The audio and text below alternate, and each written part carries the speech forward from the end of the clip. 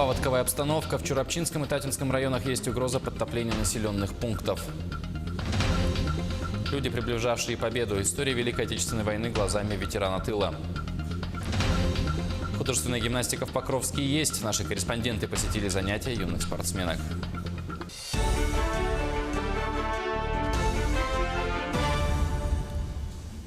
В эфире новости, в студии Павел Танин. Здравствуйте. Ситуация с паводком в Амгинском районе продолжает оставаться напряженной. Уровень воды там составляет 10 метров 78 сантиметров, прибавив 15 сантиметров за минувшую ночь. Напомним, критический уровень воды у села Амга составляет 925 сантиметров, и он уже превышен более чем на 1,5 метра. Подтопленными остаются 215 дворовых территорий, в том числе 143 жилых дома. Об этом сегодня сказали на совещании по КЧС под председательством Алексея Колодезникова.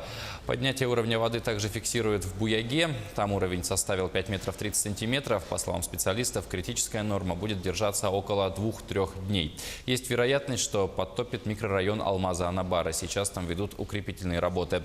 Также сегодня в Амгинский район вылетит руководитель региона Егор Борисов. В 4 часа дня он встретится с жителями в здании Амгинского центра культуры. Между тем, из зоны паводка уже отселили 658 человек. Они заблаговременно расселены по родственникам и знакомым. Среди них 290 детей. Об этом сообщает пресс-служба МЧС. Ранее энергетики отключили ряд трансформаторов, а также отпайки линий промкомбинаты «Тайвань» с подстанции Амга, частично питающие села Амга, Чепчелган и участок Ефремовка. Их запустят после спада уровня воды. Под ограничения попали 185 местных жителей. А в связи со сложившейся ситуацией жителям Амгинского района выделят субсидии на молоко. Об этом нашему телеканалу сообщил первый заместитель председателя правительства региона Алексей Колодезников. Он также добавил, что сегодня в район прибудут 3 вертолета Ми-8, доставят 4 тонны питьевой воды из Мегино-Кангаласского района. А в течение 2 дней на затороопасных участках под селом Самурсон планируют проводить взрывные работы. Сейчас нас настораживает ситуация уже вниз по реке. Это населенные пункты, значит, Мяндеге, Мындагай, Чурапчинского района. Вот. Но оперативная группа там находится под руководством Тарского Василия Васильевича. Также работа проводится с населением уже, значит, в рамках предупреждения. В рамках того, что ситуация в Амгинском районе пока, значит, не стабилизирована. И при, значит, в проходе дальнейшего ледохода есть потенциальная угроза потопления населенных пунктов. Из них, значит, 2 это у нас в Чурапчинском районе, и 3 это у нас в Татинском районе, который у нас находится, значит, на реке Амга.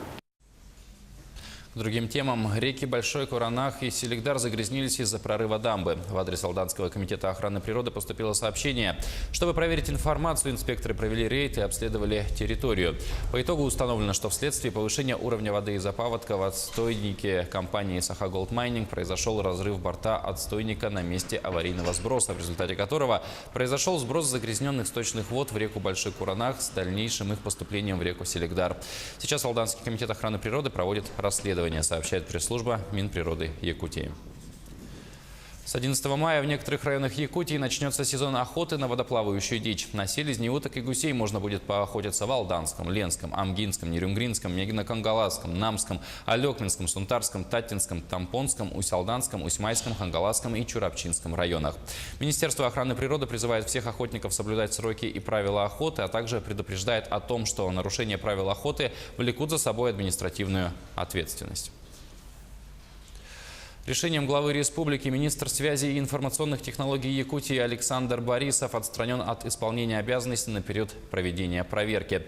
Об этом сообщил руководитель департамента по информационной политике администрации главы и правительства республики Станислав Платонов.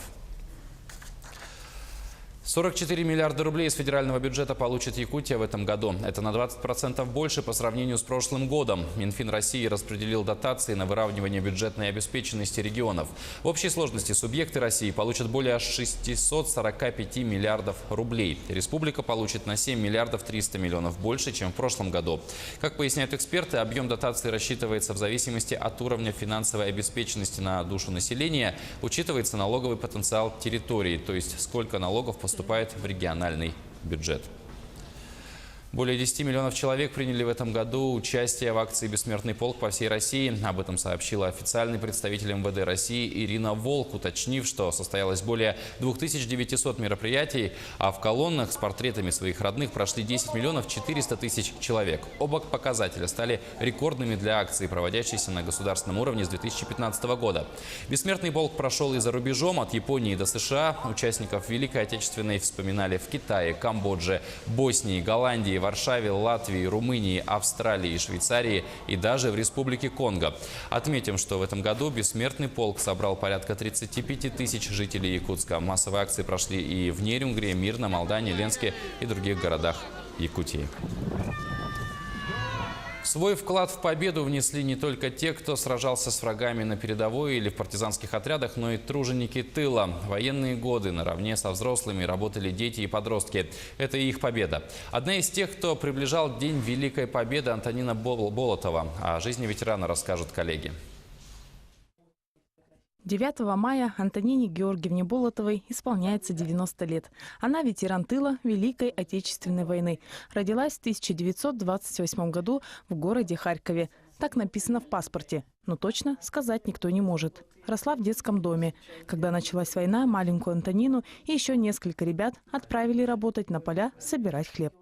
Когда уже немец сказали, что подходил к этому месту, к этим, где вот хлеб убирали, эвакуировали нас. Ну, это место. И, в общем, гнали мы, сказали, надо спасать скотину. В деревне же уже я была. И скотину, свиней, коров, ну, лошади как сами бегут. И вот давали эти бадыжочки, как по-украински называется, и гнали вот с Украины до России. Сменила несколько городов. В Сталинске закончила школу фабрично-заводского обучения и получила свою первую профессию – водитель. Свои чувства в день окончания войны помнит до сих пор. Как все танцевали. Ага, вот это я сейчас хорошо помню, как танцевали. Ну, на площади. В Ленск Антонина Болотова ехала уже вместе с мужем Георгием Ивановичем. Приехали на заработки, а прожили на севере всю жизнь. 54 года, душа в душу. Дочь Светлана и два внука Артема и Илья. Гордость ветерана. Кроме семьи, Антонина Георгиевна отдавала себя музыке.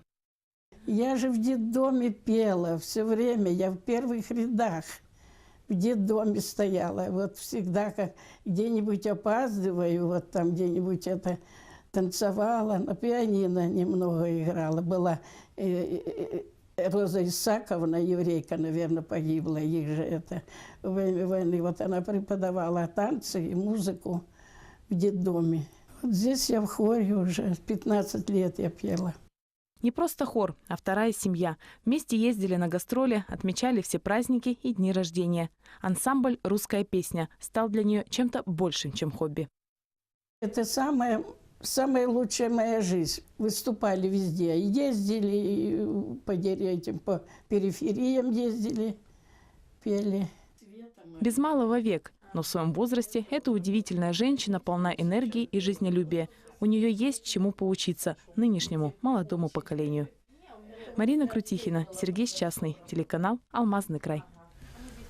Ленский район заявил о себе на всероссийском уровне. Статья о жизни и деятельности муниципального образования опубликована в энциклопедии «Муниципалитеты будущего». В ней освещают итоги достижений муниципалитетов за последний год. Ленский же район рассказывает о своей практике, в частности, о социально ориентированном бюджете. За счет бюджета района выплачивают дополнительную помощь пенсионерам, учат выпускников в вузах страны, субсидируют поездки местных жителей, ремонтируют частный сектор в поселениях, а также активно поддерживают работников бюджетной сферы, выделяют квартиры и социальные выплаты на ремонт и строительство жилья. И это самые незначительные расходы бюджета. На 2018 год заложены средства на строительство сразу нескольких крупных социальных учреждений, отмечено в энциклопедии. В Ангаласском районе хотят развивать художественную гимнастику. Этот изящный и зрелищный вид спорта начал набирать свою популярность с 2013 года, когда в Покровске впервые заработала секция. Проработав год, секция закрылась, затем опять открылась и через год окончательно завершила свою деятельность. И вот в 2017 году по просьбе юных гимнасток, так полюбивших этот вид спорта, и инициативе их родителей было заключено соглашение со спортивным клубом «Бриллианты Туймады» из Якутска. На одном из занятий побывала наш корреспондент Виолетта Засимова. В феврале прошлого года спортивный клуб «Бриллианты Туймады» официально открыл в Покровске свой филиал и дал ему очень красивое и звучное название – «Бриллианты Эркени». На сегодняшний день в филиале успешно занимаются более 100 детей разных возрастных групп. Тренировки посещают не только девочки из города Покровска, но и есть такие, которые специально приезжают с близлежащих и даже заречных населенных пунктов Улуса. Когда вы впервые вообще увидели этот вид спорта? Я первое увидела, когда по телевизору показывали таких гимнасток, и я попросила маму, чтобы она меня отвела на гимнастику. Тренирует юных гимнасток Вера Кривошеева, хангаласская девушка, родом из села Титары. В 2015 году она окончила Институт физической культуры и спорта при Северо-Восточном федеральном университете и вернулась работать в районный центр. По признанию Веры, клуб художественной гимнастики в Покровске держится лишь на голом энтузиазме родителей, которые желают приобщить своих чад к этому олимпийскому виду спорта. Ковры, форма, это все они купили на свои средства. Все родители скинулись и приобрели вот то, что у нас сейчас есть. В конце апреля две воспитанницы клуба «Бриллианты Эркени» Юлия Максимова и Дарина Колесова приняли участие во втором открытом первенстве Центра художественной гимнастики номер 1 в городе Москва. Девочки хоть и не заняли призовых мест, но все же выступили очень даже неплохо для своих первых в жизни выездных соревнований. У нас проходят ежегодно чемпионаты внутриклубные, республиканские. Девочки выступали на внутриклубных.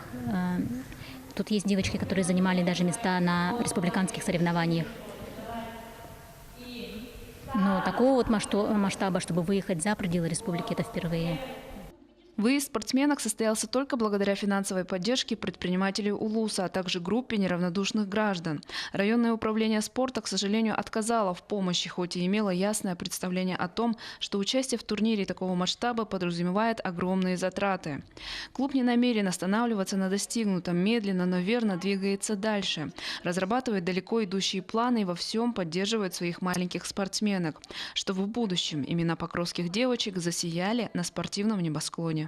Виолетта Засимова, Федор Тарасов, Хангаласский Улус. У меня к этому часу все новости. Оставайтесь с нами.